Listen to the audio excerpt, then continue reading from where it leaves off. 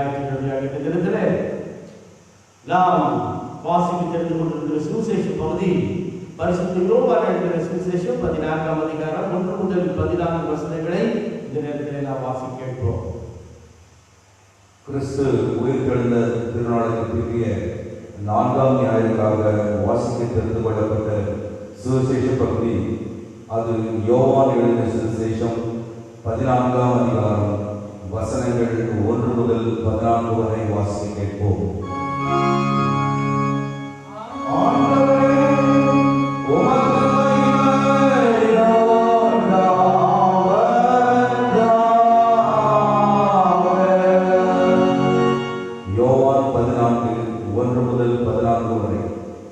உங்கள் இருதயம் கலங்காதிருப்பதாக, தேவனிடத்தில் விசுவாசமாயிருங்கள், என்னிடத்திலும் விசுவாசமாயிருங்கள். என் பிதாவின் வீட்டில் அநேக வாசஸ்தலங்கள் உண்டு. அப்படி இல்லாதிருந்தால் நான் உங்களுக்கு சொல்லியிருப்பேன். ஒரு ஸ்தலத்தை உங்களுக்காக ஆயத்தம் பண்ண போகிறேன். நான் உங்களுக்கு போய் உங்களுக்காக ஸ்தலத்தை ஆயத்தம் பண்ணின பின்பு நான் இருக்கிற இடத்திலே நீங்களும் இருக்கும்படி நான் மறுபடியும் வந்து உங்களை எங்களிடத்தில் சேர்த்துக் கொள்வேன். நான் போகிற இடத்தை அறிந்திருக்கிறீர்கள், வழியையும் அறிந்திருக்கிறீர்கள் என்றார். தோமா அவரை நோக்கி, ஆண்டவரே, நீர் போகிற இடத்தை அறியோமே, வழியை நாங்கள் எப்படி அறிவோம் என்றார். அதற்கு இயேசு, நானே வழியும் சத்தியமும் ஜீவனுமாயிருக்கிறேன். என்னே அல்லாமல் ஒருவனும் பிதாவிடத்தில் வரான். என்னை அறிந்தீர்களானால் என் பிதாவையும் அறிந்திருப்பீர்கள். இது முதல் நீங்கள் அவரை அறிந்தும் அவரை கண்டும் இருக்கிறீர்கள் என்றார். பிலிப்பு அவரை நோக்கி, ஆண்டவரே, பிதாவை எங்களுக்கு காண்பியும், அது எங்களுக்கு போதும் என்றார். அதற்கு இயேசு, பிலிப்புவே, இவ்வளவு காலம் நான் உன்னுடனே கூட இருந்தும் நீ என்னை அறியவில்லையா? என்னை கண்டவன் பிதாவை கண்டான். அப்படி இருக்க பிதாவை எங்களுக்கு காண்பியும் என்று நீ எப்படி சொல்கிறாய்? நான் பிதாவிலும் பிதா என்னிலும் இருக்கிறதை நீ விசுவாசிக்கிறதில்லையா?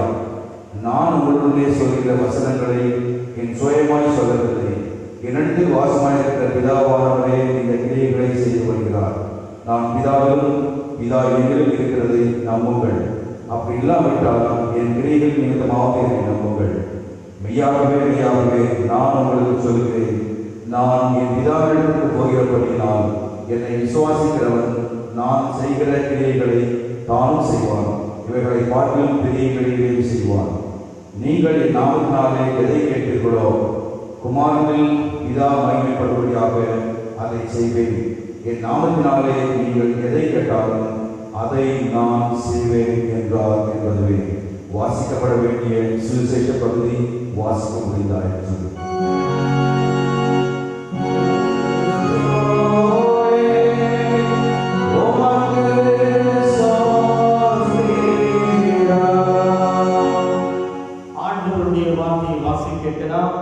விசுவாசத்தை அப்போஸ்தலர் விசுவாச பிரமாணத்தின் மூலமாக நாம் அறிக்கை செய்வோம்.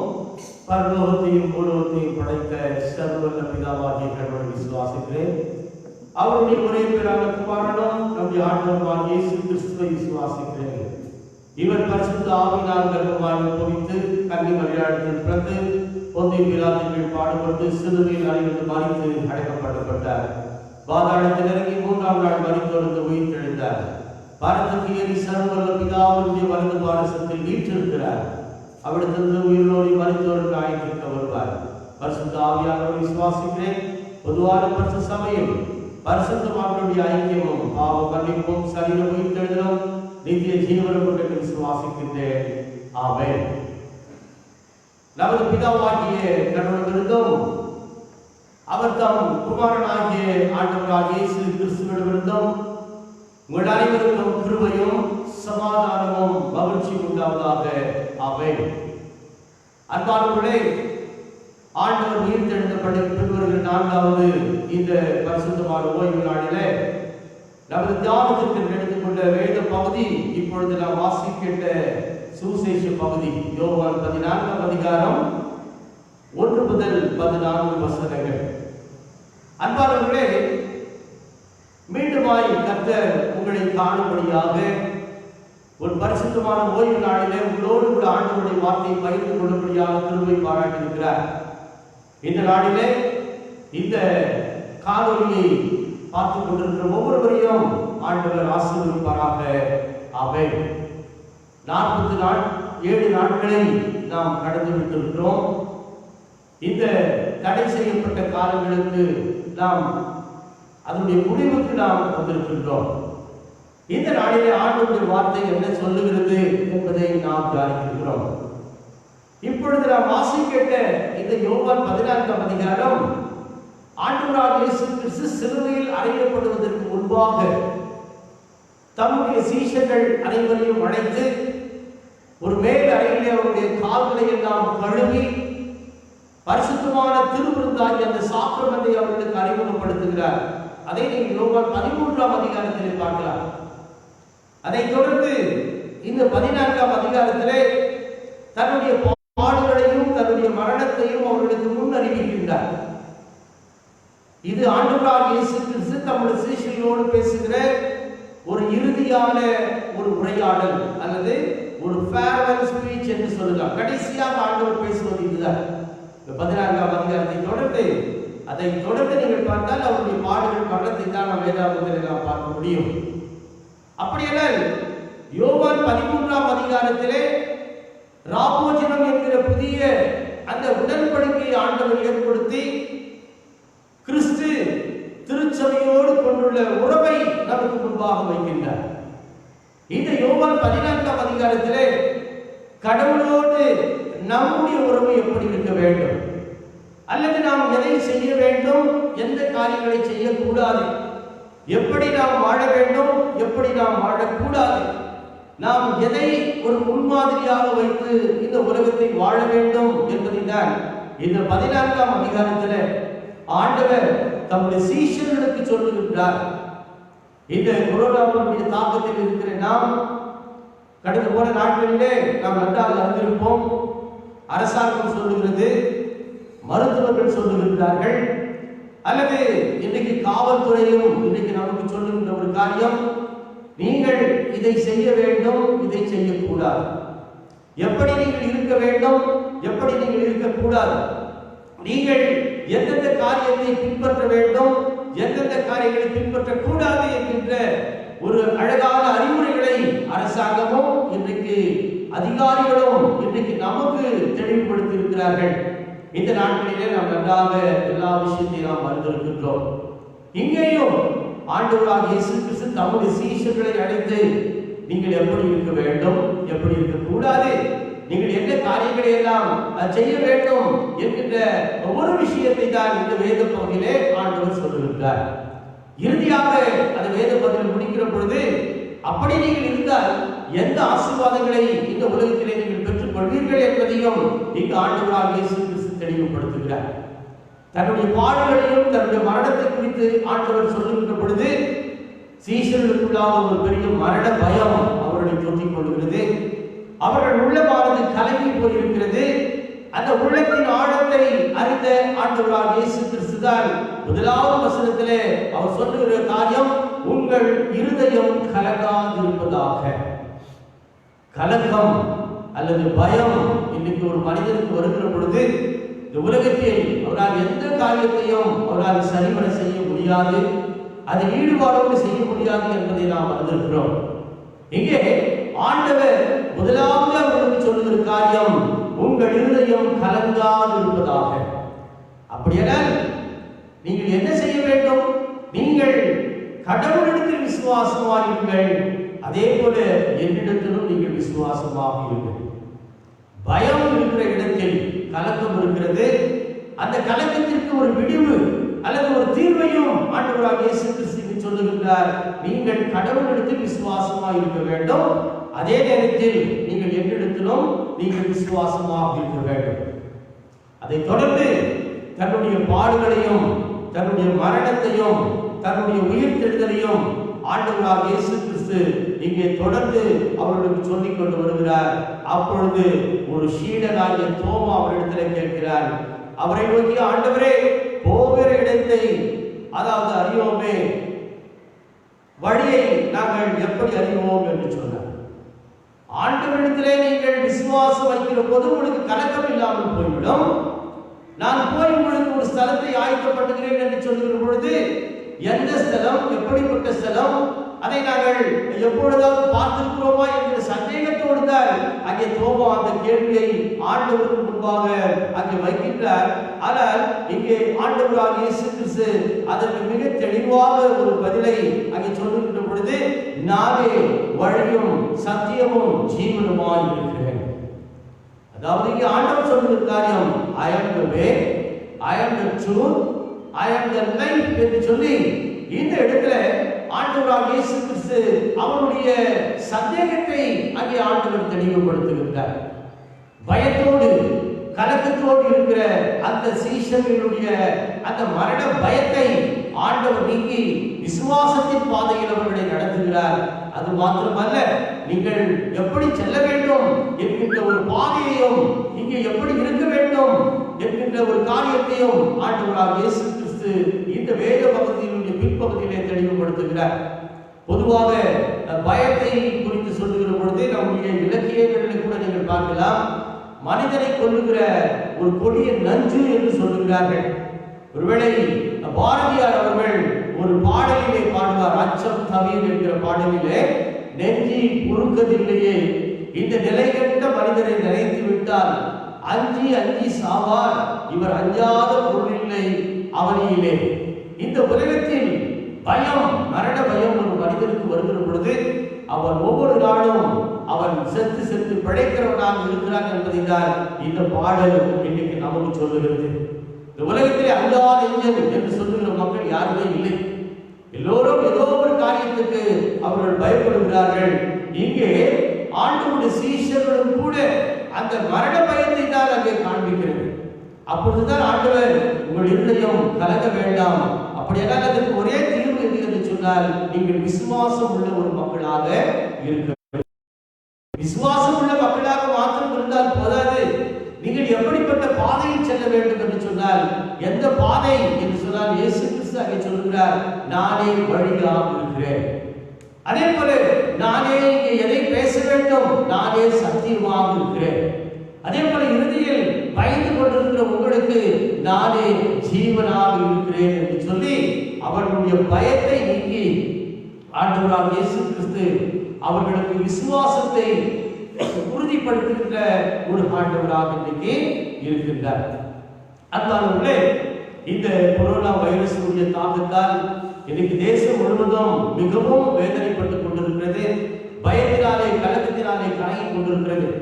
ஒருவேளை இந்த தளர்வுகள் கடத்தப்படுகிறது, ஆனால் வியாதியுடைய தாக்கம் இன்றைக்கு அதிகரித்துக் கொண்டிருக்கிறதை நாம் செய்தித்தாள்களிலும் இன்றைக்கு தொலைக்காட்சிகளிலும் நாம் பார்த்து கொண்டுதான் இருக்கிறோம். ஒரு மனிதன் இந்த உலகத்தில் எவைகளுக்கெல்லாம் பயப்படுகிறார் என்று பார்க்கிற பொழுது ஒரு உளவியல் மருத்துவர், அவருடைய பெயர் அதாவது கோர்டன் போவல் என்பவர், அவர் பல நாட்கள் ஆராய்ச்சி செய்து ஒரு விஷயத்தை சொல்லுகிறார். உலக மக்களிலே 6 வகையான ஒரு பயத்திற்கு தான் இந்த உலக மக்கள் பயப்படுகிறார்கள். முதலாவது வறுமையை பற்றிய ஒரு பயம். பொருளாதாரம் குறைவுபடுகிற பொழுது நாம் எப்படிப்பட்ட காரியங்களை செய்ய முடியும், செய்ய முடியாமல் போனால் என்ன நடைபெறும் என்கின்ற அந்த பொருளாதாரத்தினுடைய அடிப்படையில் பயப்படுகிற ஒரு சில மக்கள். இரண்டாவது பழி சொல்லை குறித்த ஒரு பயம்.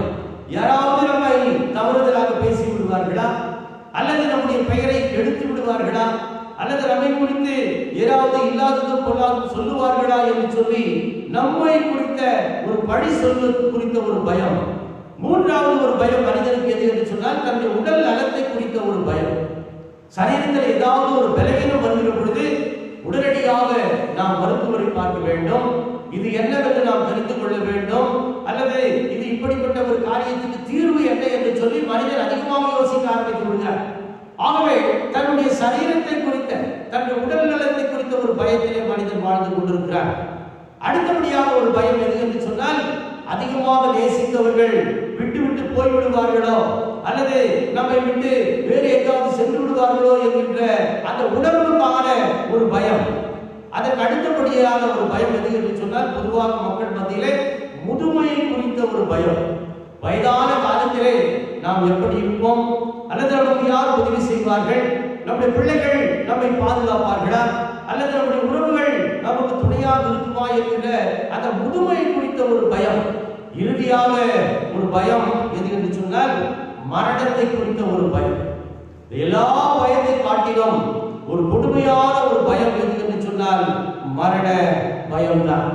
அப்படிப்பட்ட ஒரு மரண பயத்தில் இருக்கிற அந்த சீஷர்களுக்கு தான் ஆண்டவர் சொல்லுகின்றார், நீங்கள் கலங்க வேண்டாம், பயப்பட வேண்டாம், நீங்கள் செய்ய வேண்டிய காரியம் என்னவென்று சொன்னால், கடவுளிலும் என்னிலும் நீங்கள் விசுவாசமாக நீங்கள் இருக்க வேண்டும். அதை தொடர்ந்து வருகிற வேத பகுதியில் பார்க்கிற பொழுது இங்கு பிலிப்பு என்கின்ற ஒரு சீஷனை குறித்தும் நாம் பார்க்க முடிகிறது. அந்த பிலிப்பு ஆண்டவரிடத்துல ஒரு கேள்வியை முன்வைக்கிறார். என்னவென்று சொன்னால் 8வது வசனம், பிலிப்பு அவரை நோக்கி, ஆண்டவரே, பிதாவை எங்களுக்கு காண்பியும், அது எங்களுக்கு போதும் என்றார். அதற்கு இயேசு, பிலிப்புவே, இவ்வளவு காலம் நான் உங்களுடனே கூட இருந்தோம், நீ என்னை அறியவில்லையா? என்னை கண்டவன் பிதாவை கண்டான்.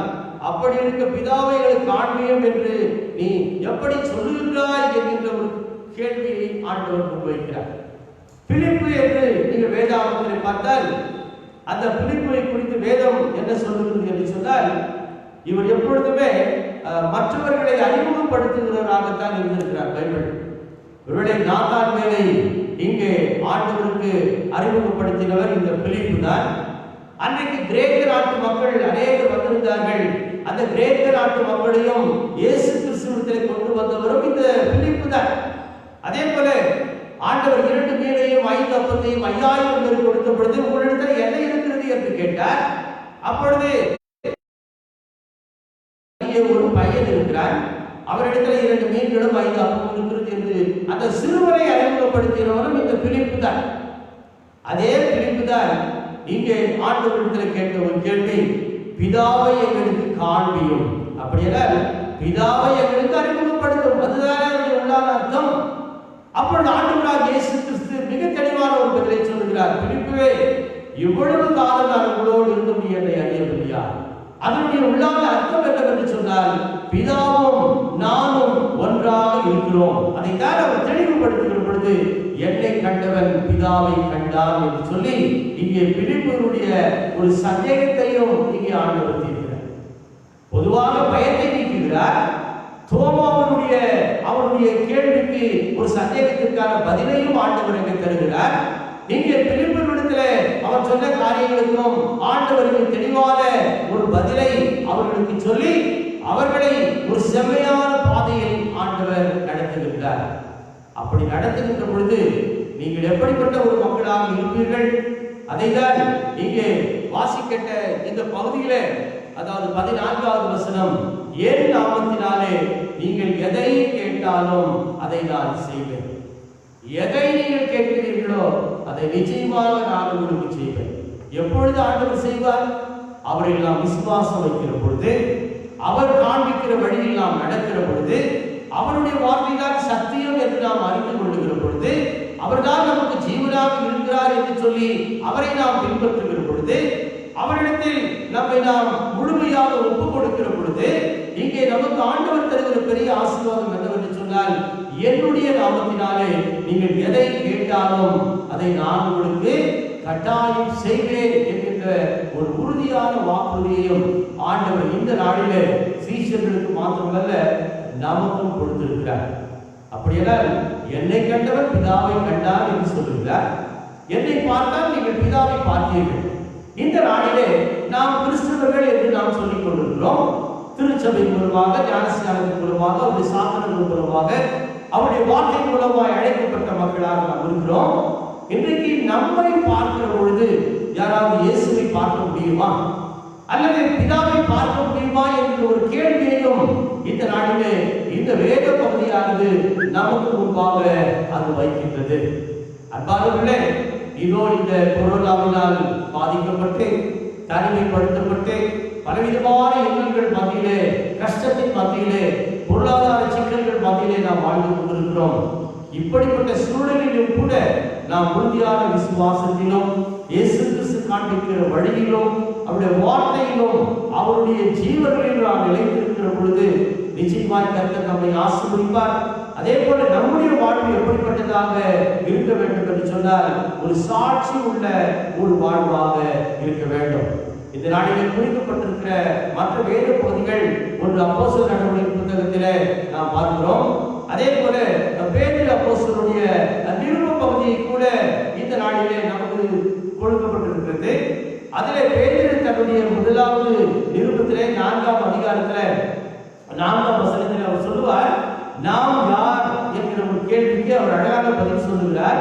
நாம் தேவனால் தெரிந்து கொள்ளப்பட்ட விலையேறப்பட்ட ஜீவன் உள்ள கல்லாகிய அவரிடத்தில் நாம் சேர்ந்தவர்கள் என்று சொல்லி, அதாவது ஆண்டவராகிய இயேசு கிறிஸ்துவாகிய அந்த ஜீவன் உள்ள கல்லினிடத்திலே நாம் சேர்ந்தவர்கள் என்று சொல்லி நமக்கு முன்பாக பேதுரு அப்போஸ்தலன் ஒரு வார்த்தையை இங்கே குறிப்பிடுகிறார். அப்படியானால் நாம் ஜீவன் உள்ள மக்களாக, வளர்கின்ற மக்களாக, சாட்சி பகர்கின்ற ஒரு மக்களாக வாழ வேண்டும் என்பதுதான் நிருப பகுதியும். 2வது வேத பகுதியில அங்கே சேவான் என்கிற ஒரு மனிதனை நாம் பார்க்கிறோம். அவன் முதலாவது ஆதி திருச்சபையிலே தேர்ந்தெடுக்கப்பட்ட 7 பேரிலே ஒரு ஊழியக்காரர். அவருடைய காரியங்களை பார்க்கிற பொழுதும், இறுதியாக அவருடைய மரணத்தை பார்க்கிற பொழுதும் கூட எப்படி ஒரு சாட்சி உள்ளவராக ஸ்தேவான் வாழ்ந்திருக்கிறார். அப்படிப்பட்ட ஒரு சாட்சி உள்ள மக்களாக நாம் வாழ வேண்டும் என்பதை தான் இந்த நாளுடைய வேத பகுதிகள் அனைத்தும் நமக்கு தெளிவுபடுத்துகிறது. ஒருவேளை ஆண்டவருக்கு ஒரு மனிதன் உண்மையாக சாட்சியாக அவர்கள் விசுவாசம் வைத்து நடப்பான் என்று சொன்னால் என்ன நடைபெறுகிறது? அப்போஸ்தலர் 7ஆம் அதிகாரம் 56வது வசனம் சொல்லுகிறது, அங்கே ஸ்தேவானை கல்லெறிகிறார்கள், அவன் மரிக்க போகிறார். அப்பொழுது அவன் ஆண்டவருடைய கையிலே தன்னுடைய ஆவி ஒப்புவதற்கு முன்பாக அவன் ஒரு தரிசனத்தை காண்கிறான். அந்த தரிசனம் என்ன சொல்லுகிறது? மனுஷகுமாரன் தேவனுடைய வலது பாரிசத்தில் இருக்கிறதை நான் காண்கின்றேன். இங்கே தேவான் அவர் பார்க்கிற பொழுது பிதாவுடைய வலது பாரிசத்தில் இயேசு கிறிஸ்து நிற்கிறதாக அவர் சொல்லுகின்றார். ஆனால் நாம் சற்று முன்பாக சொன்ன நம்முடைய விசுவாச பிரமாணம் என்ன சொல்லுகிறது? அவர் வலது பாரிசத்தில் வீற்றிருக்கிறார். உட்கார்ந்து கொண்டிருப்பதற்கும் நிற்பதற்கும் வித்தியாசம் இருக்கிறது. ஆனால் இங்கே தேவான் நிற்கிறதை காண்கிறேன் என்று சொன்னால் என்ன அர்த்தம்?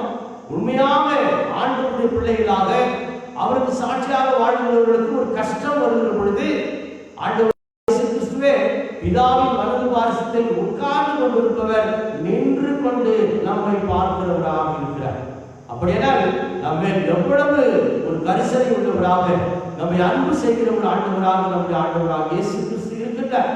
அதானவர்களே, இந்த நாளிலே நாம் விசுவாசத்தில் உள்ள மக்களாக அவருடைய வழியில், அவருடைய வார்த்தையில், அவருடைய காரியங்களை நாம் நிலைநிற்கிற ஒரு மக்களாக நாம் வாழ்கிற பொழுது நிச்சயமாய் கர்த்தர் நம்முடைய வாழ்வை ஆசீர்வதிப்பார். நாம் அவருக்கு சாட்சி உள்ள ஒரு மக்களாக வாழ வேண்டும். அதைதான் பேதுரு தன்னுடைய நிருபத்திலே குறிப்பிடுகிறார். அதைதான் பிலிப்புவுக்கு ஆண்டவராகிய இயேசு கிறிஸ்து சொல்லுகிறார், என்னை கண்டவர் பிதாவை கண்டார். அப்படியானால் இன்னைக்கு நம்மை காண்பவர்களும் இன்னைக்கு இயேசுவை காண்பவர்களாக இருக்க வேண்டும். அவர்கள பிதாவை காண்பவர்களாக இருக்க வேண்டும். நம்முடைய வாழ்க்கை ஒரு சாட்சி உள்ள வாழ்க்கையாக இருக்க வேண்டும். இந்த கொரோனாவுடைய தாக்கத்திலே மற்றவர்களுக்கு நாம் உதவி செய்கிற மக்களாக, நம்மை நாம் இறைப்பணியில் ஈடுபடுத்திக் கொள்கிற ஒரு மக்களாக, நம்மால் முடிந்த அளவுக்கு நாம் மற்றவர்களுக்கு ஆண்டவருடைய வார்த்தையை சொல்லுகின்ற ஒரு மக்களாக வாழ வேண்டும் என்று ஆண்டவர் இந்த நாளில் விரும்புகின்றார். அப்படிப்பட்ட ஒரு மேலான வாழ்வை நாம் வாழ வேண்டும். ஒரு முறை ஒரு ரயில்வே ஸ்டேஷன்ல ஒரு ரயில் நின்று கொண்டிருக்கிறது. ஒரு மனிதர் ஒரு கூட்டத்தை முடித்துவிட்டு ஏற்கனவே ரிசர்வேஷன் செய்திருக்கிறார். ஒரு பெட்டி எடுத்துக்கொண்டு வேகமாக அந்த ட்ரெயின் ஏறுவதற்காக வருகிறார். அங்கே சிக்னலும் போடப்பட்டது. அந்த நேரத்தில் அவர் வேகமாக ஓடி வருகிற போது இந்த பிளாட்ஃபார்மில் ஒரு சிறுவன் பழம் விற்றுக் கொண்டிருக்கிறார், ஆப்பிள் பழங்கள். அவனை இடித்து விடுகிறார். இடித்த உடனே அவன் கீழே விழுந்து விடுகிறார். அவன் கூடையும் கீழே விழுந்து விடுகிறது. எல்லா பழங்களும் விழுந்து அந்த ரயில்வே ட்ராக் உள்ளாகவும் மற்றது ஒரு சிறிது அங்கே அடிபட்டு போய் விடுகிறது. அப்பொழுது திடீரென்று நின்று அந்த மனிதர் அவனை பார்க்கிறார். அந்த ரயிலும் புறப்பட்டு போய் கொண்டிருக்கிறது. மெதுவாக பார்த்த பொழுது அவன் ஒவ்வொரு பழங்களாக கீழே அதை தேடிக் கொண்டிருக்கிறான். அப்பொழுதுதான் புரிந்து கொண்டார், அவனுக்கு 2 கண்கள் தெரியாது. ஒரு பார்வையற்றவன் அந்த பழங்களை விற்றுக் கொண்டிருக்கிறார். உடனடியாக அந்த ரயிலுக்கு போக வேண்டிய அந்த நபர் அந்த இடத்திலே நின்று விடுகிறார். ரயில் அங்கு புறப்பட்டு போகிறது. மீண்டுமாக அங்கே இருந்து அந்த சிறுவனிடத்தில் போய் அவனை தூக்கி விடுகிறார். அந்த கூடைகளை எடுத்து அவரிடத்தில் பேசுகிறார். தம்பி, உன்னுடைய பெயர் என்ன? தன்னுடைய பெயரை சொல்லுகிறார். அப்பொழுது எல்லா பழங்களும் அங்கே சேதமாகிவிட்டது. எவ்வளவுக்கு நீ இந்த ஆப்பிளை வாங்கி வந்தார்? ஐயா, காலையில் நான் 1000 ரூபாய்க்கு நான் வாங்கி வந்தேன், ஒரு 200 ரூபாய்க்கு நான் விற்றிருக்கிறேன். அப்படியானால் இந்த 2000 ரூபாயை நீ வைத்துக் கொள் என்று சொல்லி தன்னிடத்தில் இருக்கிற பணத்தை எடுத்து அவரிடத்தில் கொடுத்தார். அந்த சிறுவன் அவரை தொட்டு பார்த்து கேட்டாராம், ஐயா, நீங்கள் இயேசு கிறிஸ்துவா என்று கேட்டார். அவருக்கு மிகவும் ஒரு பெரிய அதிர்ச்சி.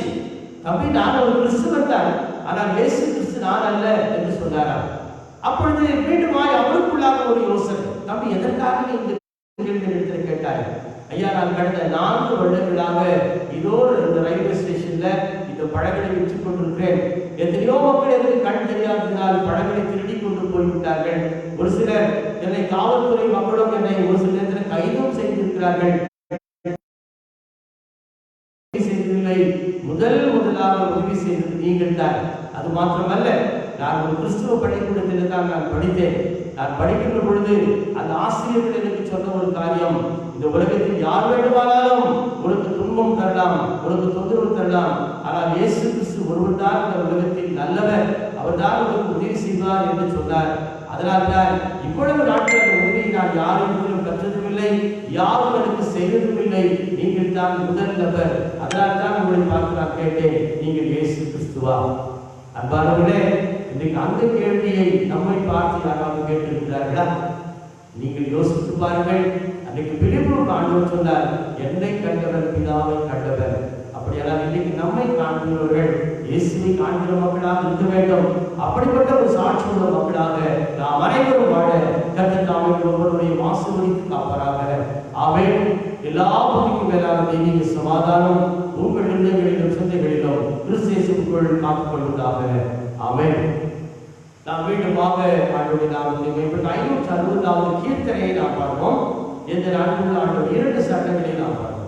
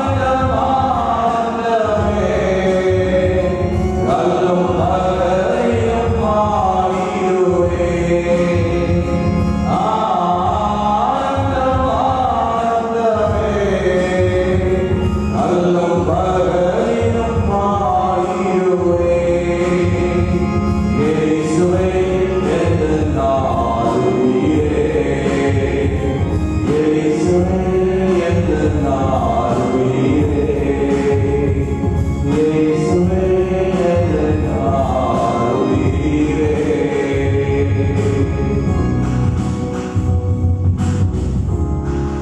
ஆண்டவரை நோக்கி நாம் ஜெபிப்போம்.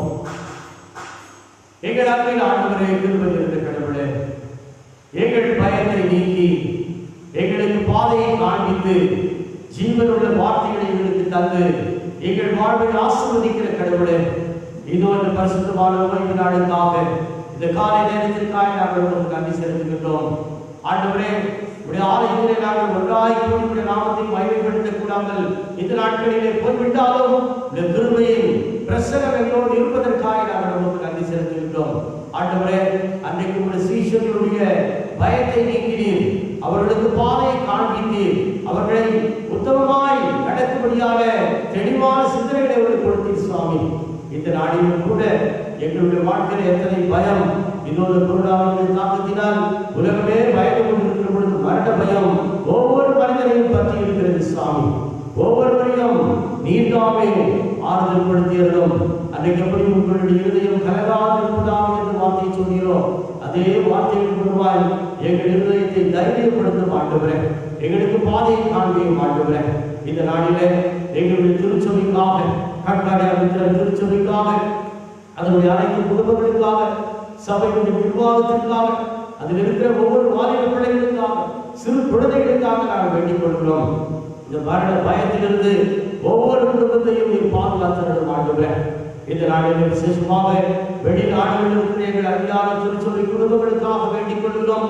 எந்த தேசத்தில் அவர்கள் இருந்தாலும், எந்த பணியை அவர்கள் செய்தாலும், நீதாமே அவர்களுக்கு பக்கபலமாக இருந்து அவர்களை பாதுகாத்தவர்களும் வழிநடத்தும் பலப்படுத்தும். இந்த கொரோனாவுடைய தாக்கத்தால் அதிகமாய் பாதிக்கப்பட்டிருக்கிற எங்கள் தாய் திருச்சபை இருக்கிற அமெரிக்க தேசத்திற்காய் நாங்கள் வேண்டுகிறோம். LCMS மக்களுக்காய் வேண்டுகிறோம். அதில் இருக்கிற அனைத்து விதமான போதகர்களுக்காக, திருச்சபை குடும்பங்களுக்காக வேண்டிக் கொள்கிறோம். அவர்களை நீரே பாதுகாத்துக் கொள்ள ஆண்டவரே. எங்கள் இந்திய தேசத்திற்காக, எங்கள் தமிழகத்திற்காக, எங்களுடைய வெள்ளூர் மாவட்டத்திற்காக, இந்த திருப்பத்தூர் மாவட்டத்திற்காக நாங்கள் வேண்டிக் கொள்கிறோம். இதனுடைய தாக்கத்திற்கு ஒவ்வொரு மக்களுக்கும் ஆண்டவருடைய நிரந்தரமான ஒரு விடுதலை தாரும் ஆண்டவரே. இதில் தங்களை முழுமையாக ஈடுபடுத்திக் கொண்டிருக்கிற மருத்துவத்துறை மக்களுக்காக, காவல்துறை நண்பர்களுக்காக, அரசாங்க அதிகாரிகளுக்காக வேண்டிக் கொள்கிறோம். ஆண்டவரே, தங்களுடைய உயிரையும் பணையும் வைத்து அந்த பணியை செய்து கொண்டிருக்கிற ஒவ்வொருவரையும் நீர் பாதுகாத்துக் கொள்ளும். அவருடைய குடும்பங்களை எல்லாம் நீர் ஆசீர்வதியும் ஆண்டவரே. இதோ இந்த நாளிலும் கூட இதோ இந்த ஊழியத்தில உதவியாக இருக்கிற அருமை ஆசிரியர் ஜான் அன்பர்சன் அவர்களுக்காகவும், அருமையான சகோதரர் கிஷோர் அவர்களுக்காகவும், சாம்காகவும் மற்றும் ஆலய ஊழியர் ராஜ் அவர்களுக்காகவும், இந்த நாளிலே எங்கள் அருமை திருச்சபை சேகர் அவர்களுக்காக நான் வேண்டிக் கொள்கிறோம். ஒவ்வொருவரையும் நீர் பேர் பெறாமல் நீர் ஆசீர்வதியும். ஊழியத்திலே உதவியாக இருக்கிற இந்த குடும்பங்களை நீர் ஆசீர்வதியும் ஆண்டவரே. நாங்கள் உமக்கு சாட்சி உள்ள மக்களாக, உண்மை நாங்கள் காண்பிக்கிற மக்களாக, நாங்கள் உம்மிடத்திலே ஏதாவது ஒரு ஆசீர்வாதங்களை பெறுகிற மக்களாக இருந்து போய் சென்றோம். தொடர்ந்து அனைவரையும் ஆசீர்வதியும் வழி நடத்தும். மீட்பு வேண்டுகிறோம் பரமபிதாவே. ஆமென். என் ஆத்மாவே கர்த்தரை ஸ்தோத்திரி, என் முழு உள்ளமே அவர் பரிசுத்த நாமத்தை ஸ்தோத்திரி. என் ஆத்மாவே கர்த்தரை ஸ்தோத்திரி, கர்த்தர் செய்த சகல உபகாரங்களை மறவாதே. ஆமென். ஆண்டவருடைய ஆசீர்வாதத்தை நாம் பெற்றுக்கொள்வோம்.